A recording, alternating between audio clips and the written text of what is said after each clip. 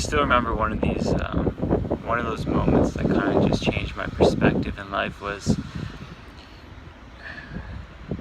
I used to do a lot of work with children, and we used to do these camps where we'd have kids come from all throughout the country, and we'd help kids from primary school to university, and it was more of a confident camp than anything. We would give motivational speeches, inspirational lectures, and we'd give talks. And I still remember, after the week would finish, the kids would come up to me and be like, "Wow, you're such an inspiration," and just say very high things about me. And I felt empty. I felt I was giving them the formula. I was giving them a recipe of how to make $1 million, or how to be successful, or how to be this great individual, where I just felt that I wasn't. That I was just full of a lot of talk, but not full of a lot of actions or results. And I just remember one year after working with the kids, I just couldn't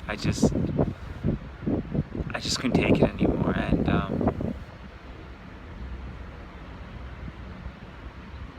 I just thought that if everything I'm saying sounds good, and if it motivates other people and it helps them, then what happens if I do it for myself? What happens if I use my own theories and my own ideas on myself? So I went on an adventure. I went on a journey. I still remember running and getting to these mountains and doing these things, and that voice coming in my head being like, "Wait, what are you doing? You can't do this. Give up." And I was confronted with that voice, and I would tell it to be quiet sometimes, and it would just come back louder. I would tell it to shut up, and it would come back even louder. I would try to ignore it, and it would still find a way to find me. And I just had enough. So I said, no matter what I do, you keep on coming back. But the one thing that I haven't done is just do what I want.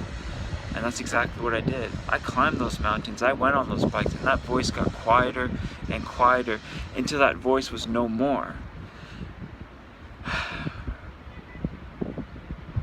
I started to see exactly what it is. That voice is it's a security system. It's the way that we adapt. It's the way that we create our body to be.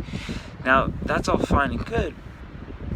But when I got back in the city, I was so inspired to do great things, to make big change, that I sat down with my friend and I showed her all my photography and everything I did, and I said, "Hey, these kids have always been something to me. I want to give back to them. I want to open up an art gallery and help kids in the countryside with their education." And my friend said, "That's phenomenal." I said, "Great."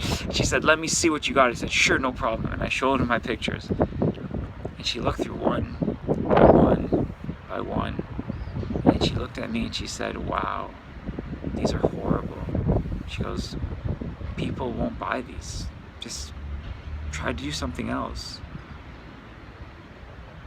And it's one of those moments where I just saw her and I looked at her and I said, "I see you. I see who you are. I see what you are." And I realized that she was just my own self-doubt sitting in front of me. She's not saying that you can't do it, but saying, "Do you really want to do this?" Saying that you've said so many things that you've wanted to do in your life, but you haven't done it all. So how can I believe you? How can I trust you? Show me. And that's what I did. I started to see that every time people present themselves as ways of saying that, no, you can't. It's not N-O, it's more of a K-N-O-W. Like there's something yet you don't know. Something that you need to understand, something that you need to try. And every time these things appear in front of me, I see them not for what they are, but I see them for what they are not, so I can be what it is that I believe in my heart that I could already be. And after seeing this and understanding the illusions of the things that are around me, I've slowly been able to progress and do great things in my life. And that's not to say that I don't have those days where I regress and I go back, but I don't see them as failures. I see them as success. I see them as lessons. I see them as ways to push myself to that next level, that level that I want to be at. Because without understanding and questioning my world, how can I live in this world with so many questions? You know, you only get the answers to the questions that you ask. So ask, and keep on asking. When you get an answer, don't take it as, oh my God, this is it. Continue to ask, continue to grow, continue to question. Because the thing is, the more that you do this, the more you see your reality, not for what it is, but for what it is not. So you can become everything that you know in your heart you can be.